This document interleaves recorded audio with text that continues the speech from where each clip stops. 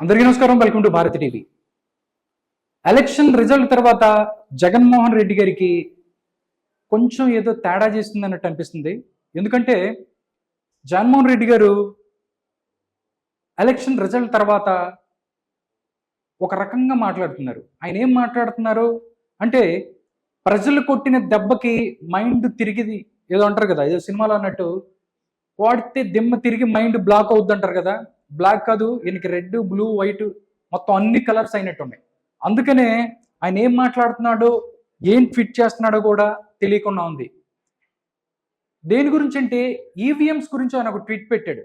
ఒకసారి ఆ ట్వీట్ ఏంటి, ఆయన ఏంటనేది ఒకసారి చూద్దాం. ఆయన పెట్టిన ట్వీట్ ఏంటనేది ఇదే జగన్మోహన్ రెడ్డి గారు పెట్టిన ట్వీట్. ఒకసారి చూసుకున్నట్టయితే చాలా పెద్ద పెద్ద పదాలు వాడాడు ఆయన. డెమోక్రసీ అంటున్నాడు, ఈవీఎంస్ అంటున్నాడు, రకరకాలుగా వాడాడు. బట్ నాకు ఇంత ఇంగ్లీష్ రాదు కాబట్టి తెలుగులో చెప్తా. ఓకే, ప్రపంచవ్యాప్తంగా అభివృద్ధి చెందిన ప్రజాస్వామ్య దేశాలు ఎన్నికల్లో ఈవీఎంలకు బదులు బ్యాలెట్ పేపర్లను వాడుతున్నాయి అని చెప్పి ఆయన అంటున్నారు. దాంతోపాటు మన దేశంలోనూ అలాగే ఉపయోగించాలి, ఈవీఎంస్ ఏదైతే ఉన్నాయో వాటికి బదులు బ్యాలెట్ బాక్సుల్ని ఉపయోగించాలి అన్నట్టు ఆయన చెప్తున్నారు. బ్యాలెట్ విధానంతో ప్రజాస్వామ్య స్ఫూర్తిని చాటే దిశగా మనం కూడా ముందుకు సాగాలన్నారు. తనకు న్యాయం జరగటమే కాదు జరిగినట్లు కనిపించాలని, ప్రజాస్వామ్యం మనగలగటం మాత్రమే కాదు మనగలుగుతుందని నిస్సందేహంగా చాటాలని జగన్ తన ట్వీట్లో పేర్కొన్నారు. ఈ ట్వీట్పై అధికార పార్టీ నేతలు మండిపడుతున్నారు. ఆయన టోటల్గా ఏంటంటే, ఆయన బాధ అంతా అంటే ఈవీఎంలు ట్యాప్ అయ్యాయి అని ఆయన చెప్తున్నారు. ఈవీఎంలు ట్యాప్ అయ్యాయి బాబు, ఈవీఎంలకు సంబంధించి ట్యాపింగ్ జరిగింది, ఈవీఎంస్కి బదులు బ్యాలెట్ బాక్సులు పెట్టాలి అన్నట్లు ఆయన మాట్లాడుతున్నారు. నిజంగా మొన్నట 2 సార్లు జరిగిన ఏదైతే 2 ప్రెస్ మీట్లో ఆయన చెప్పాడు, నాకు అనుమానాలు ఉన్నాయి కానీ ఆధారాలు లేవు అన్నట్టు మాట్లాడిన పరిస్థితి. అంటే 2019లో కూడా ఇలాగే టీడీపీ పార్టీ 2019లో కూడా మాట్లాడిన పరిస్థితి. అప్పుడు ఆయన కూడా చాలా గంటాపదంగా చెప్పారు. నిజంగా చెప్పారు, సూపర్గా చెప్పారు. నిజంగా అదేంటి, ఏం చెప్పాడు అనేది ఒకసారి మీరేనండి. ఆయన ఏం చెప్పాడు, ఈ ట్వీట్కి సమాధానం చంద్రబాబు నాయుడు కాదు, లేకపోతే తెలుగుదేశం పార్టీ కాదు, జగన్మోహన్ రెడ్డే 2019లో చెప్పాడు. సేమ్ ట్వీట్కి సమాధానం ఏంటి అనేది కూడా ఆయన మాటల్లోనే ఒకసారి విన్నాం. ఈవీఎంలు అన్నది 80% ఆఫ్ ది జనాభా ఓట్లు వేసినారు. రికార్డ్ పోలింగ్ 80% జనాభా వెళ్ళి పోలింగ్ బూత్లో బటన్ నొక్కినారు. బటన్ నొక్కిన తర్వాత వాళ్ళు ఏ పార్టీకి ఓటేశారని వీవీప్యాట్లో వాళ్ళకి కనిపిస్తూ ఉంది.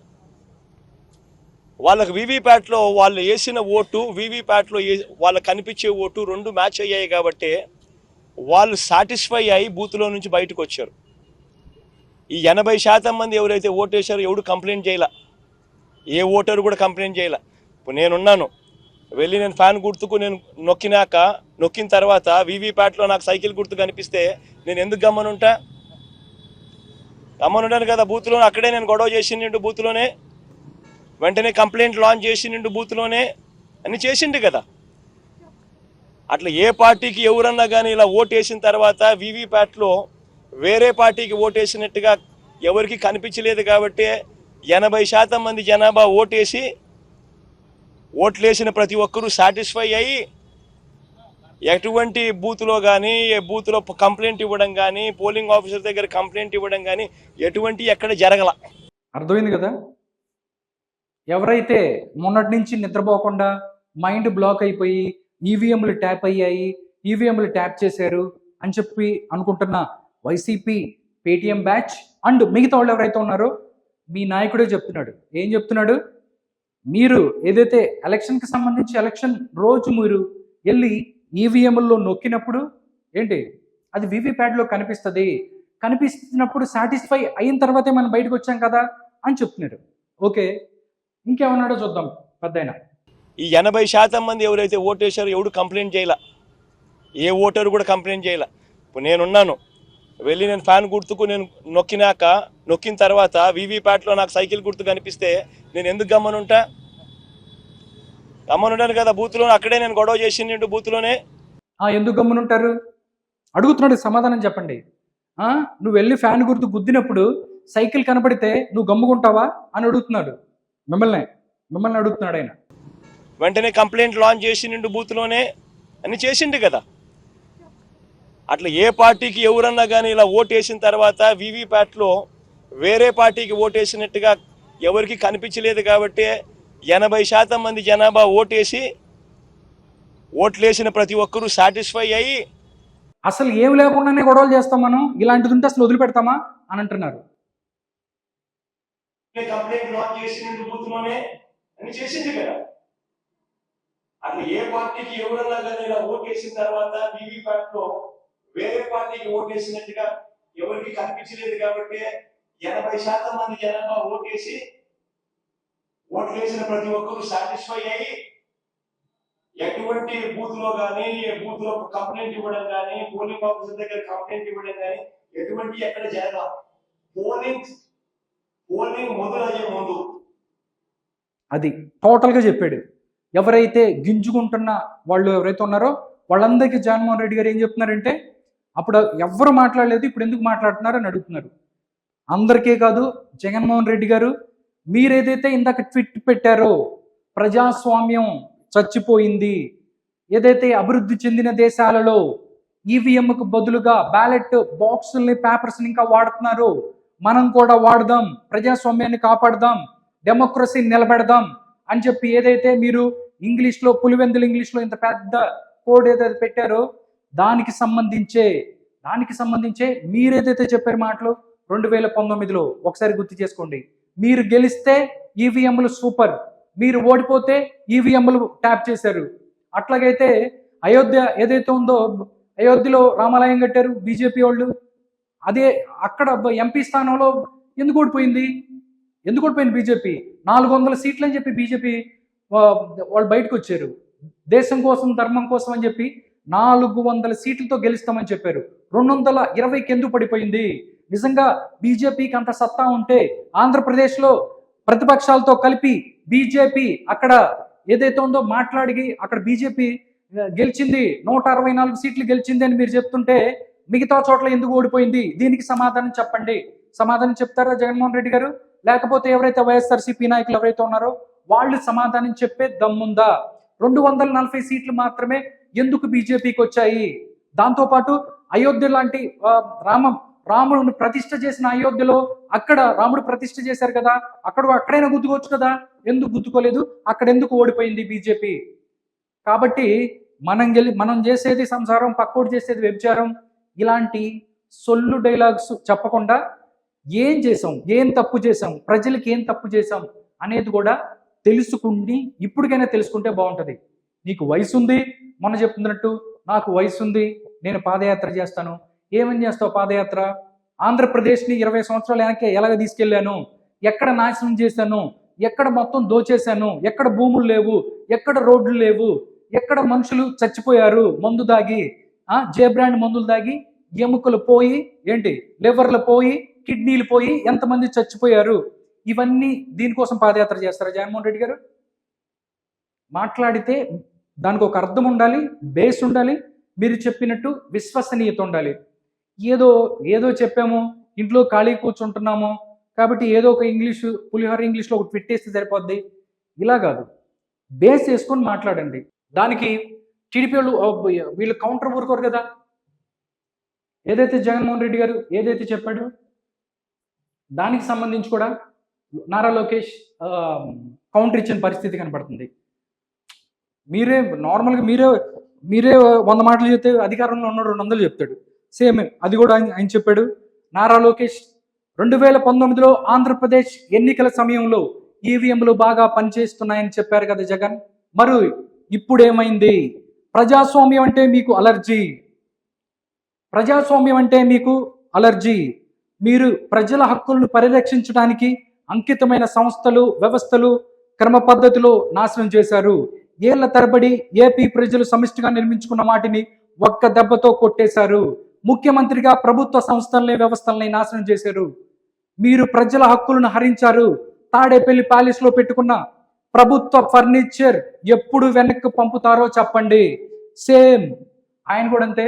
ముందు ఈ సొల్లు మాటలు వదిలేసి నీ తాడేపల్లి ప్యాలెస్లో పెట్టుకున్న ఏంటి ప్రభుత్వానికి సంబంధించిన ఫర్నిచర్ ఎప్పుడు పంపిస్తారో చెప్పండి అని చెప్పి ఆయన డైరెక్ట్గా మాట్లాడుతున్న పరిస్థితి.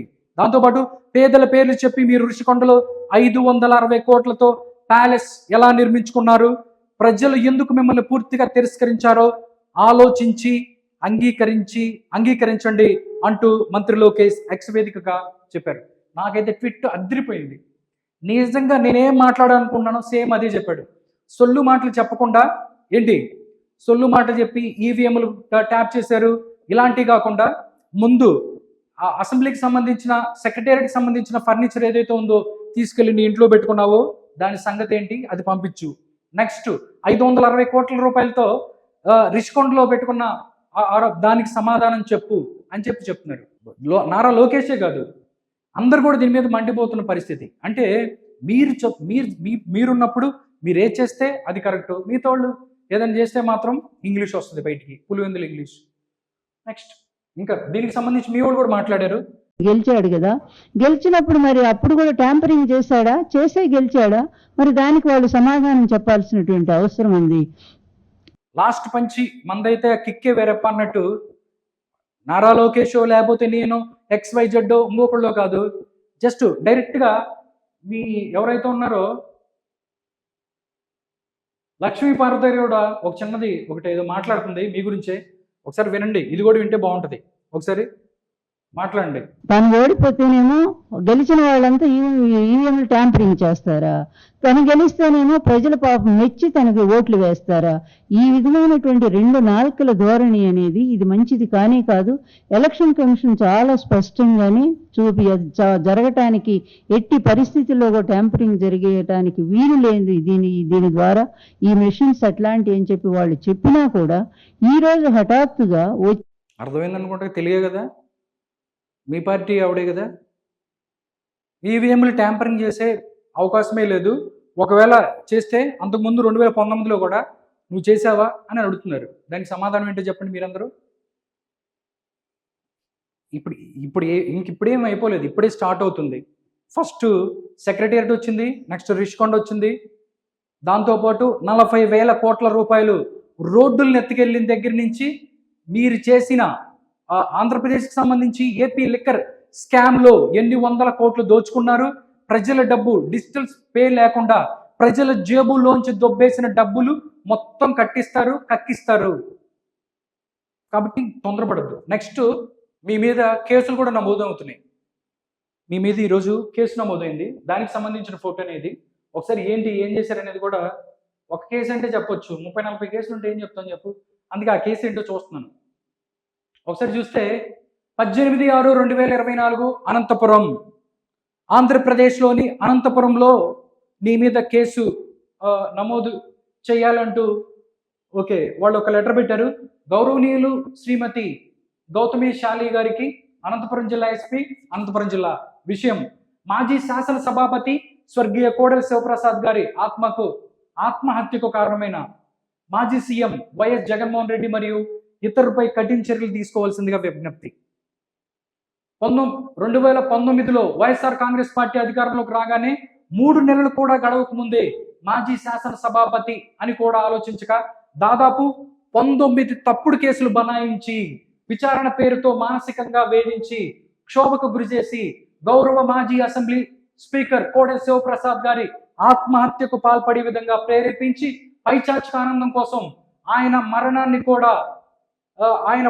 కూడా ముఖ్య కారణం అయినటువంటి అప్పటి ఆంధ్రప్రదేశ్ రాష్ట్ర ముఖ్యమంత్రి, ప్రస్తుత మాజీ సీఎం వైఎస్ జగన్మోహన్ రెడ్డి, ప్రభుత్వ సలహాదారు సజ్జల రామకృష్ణారెడ్డి, వైఎస్ఆర్సీపీ ఎంపీ విజయసాయిరెడ్డి మరియు అసత్య వార్తలు కథనాల్లో ప్రచారం చేసి నిత్యం వేధిస్తూ మానసిక క్షోభకు గురి చేసినటువంటి సాక్షి టీవీ ఛానల్, న్యూస్ పేపర్ పై కఠిన చర్యలు తీసుకోవాల్సిందిగా కోరటమైనది. ఇట్లు ఎస్ తేజస్విని, భవధీరాలు సంఘ తేజస్విని, ఆంధ్రప్రదేశ్ తెలుగు మహిళా రాష్ట్ర అధికార ప్రతినిధి. సంఘ తేజస్విని ఎవరైతే ఉన్నారో నీ మీద చర్యలు తీసుకోవాలంటూ వాళ్ళు పెట్టిన కంప్లైంట్ లెటర్ అనంతపురం జిల్లా ఎస్పీకి ఇచ్చారు. ఇలాంటి కంప్లైంట్లు చాలా వస్తాయి. ఎందుకంటే అధికారంలో ఉన్నాం కదా అని చెప్పి మీరు చేసిన ఏదైతే ఉందో దానికి ప్రతిదానికి కూడా చర్యకు ప్రతి చర్య ఉంటుంది అని వాళ్ళు చెప్పారు. దానికి సంబంధించి ఇవన్నీ జరుగుతున్నాయి. నిజంగా మాట్లాడితే ఒక మీనింగ్ ఒక ఏదైనా ఉండాలి. అలా కాకుండా మొత్తం ఇలా చేస్తాము అలా చేస్తాము, ఇంకా ఓడిపోయిన తర్వాత కూడా ఇంకా అంటే ఇది కరెక్ట్ కాదు. నిజంగా జగన్మోహన్ రెడ్డి గారు అవ్వచ్చు, లేకపోతే వేరేనా అవ్వచ్చు, ఈవీఎంలకు సంబంధించి ట్యాంపరింగ్ జరిగింది ఉంటే, ఈవీఎంలకు సంబంధించి ట్యాంపరింగ్ జరిగింది అని చెప్పి ఉంటే ఎలక్షన్ డే రోజు ఒక్క కేసు ఒక్కళ్ళైనా బయటకు వచ్చి మాట్లాడిన పరిస్థితి ఉందా ఆంధ్రప్రదేశ్ మొత్తంలో? దాంతోపాటు మీకేదన్నా డౌట్ ఉంటే వాళ్ళు ప్రజలు ఎవరైతే నీ ఓటర్లు చెప్పలేదు, నువ్వు ఇచ్చిన దరిద్రమైన మందో లేకపోతే పిచ్చి మందు తాగి వాళ్ళకి బుర్రలు పాడైపోయినాయి, వాళ్ళకేం గుర్తు లేదు అని చెప్పి నువ్వు అనుకుంటే ఓకే, నువ్వన్నా అయిపోయిన తర్వాత అన్నా ఆంధ్రప్రదేశ్ హైకోర్టులో ఎలక్షన్ కమిషన్ ఆఫ్ ఇండియా మీద ఆంధ్రప్రదేశ్ హైకోర్టులో నువ్వు కేసు బుక్ చేయాలి. ఈవీఎంల మీద నాకు నమ్మకం లేదు, ఈవీఎంలు ట్యాంపరింగ్ జరిగింది అని ఒక కేసు పెడితే విచారణ చేసి చెప్తారు. అలా కాకుండా ఇంట్లో తాడేపల్లి ప్యాలెస్లో బాత్రూంలో కూర్చొని ఒక ట్వీట్ వేసి ప్రజాస్వామ్యం అని చెప్పి సొల్లు మాటలు చెప్తే వినే పరిస్థితులు ఎవరు లేరు. నిజంగా ఇలాంటిది ఏమన్నా ఉంటే బయటకు వచ్చి నువ్వు దాని గురించి మాట్లాడాలి, ఏదైనా దీని గురించి ఉండాలి. ఒకవేళ ఓటమి వస్తే రాజకీయాల్లో గెలుపు ఓటములు సహజం, ఓటమిని కూడా స్వీకరించాల్సి వస్తుంది ఒక్కోసారి. అంటే నువ్వు ఇంకా అనుకున్నావు 30 సంవత్సరాలు నేనే అనుకున్నావు, బట్ ఇవన్నీ నువ్వు జీర్ణించుకునే పరిస్థితుల్లో లేవు జగన్మోహన్ రెడ్డి గారు. కానీ ఇప్పటికైనా మీరు చేసిన తప్పులేంటి, 2019 నుంచి 24 దాకా ఏ తప్పులు చేశారు, ఏం చేశారు అనేది ఒక్కసారి విశ్లేషణ చేసుకోండి. నిజంగా మీ ఆహారాన్ని తీసుకెళ్ళి పక్కన బాక్సులో పెట్టి మీరు నిజంగా విశ్లేషణ చేసుకుంటే మీరేం తప్పులు చేశారో మొత్తం క్లారిటీ వస్తుంది. దాని తర్వాత మీరు పాదయాత్ర కాదు ఏంటి మోకాళ్ళ యాత్ర కాబట్టి ఏదైనా చేసుకోవచ్చు. ఎందుకంటే ప్రజలు మనం ఏదో మసిబూసి మారేడికాయ చేద్దామంటే ప్రజలు నమ్మే పరిస్థితిలో లేరు. ప్రజలు చాలా విఘ్నులు, తెలివైన వాళ్ళు. కాబట్టే 11 సీట్లు మాత్రమే ఇచ్చి ప్రతిపక్షాన్ని కూడా దూరం చేసి ఇంటికి కూర్చోబెట్టారు. ఇప్పుడు కూడా నేను మారను, నేను పులివెందుల పుల్ని, నేను ఏం చేసినా చెల్లుతుంది అని బయటకు వస్తే మాత్రం మళ్ళీ కూడా ఆ 11 కూడా లాగేసుకొని ఇంట్లో కూర్చోబెడతారు.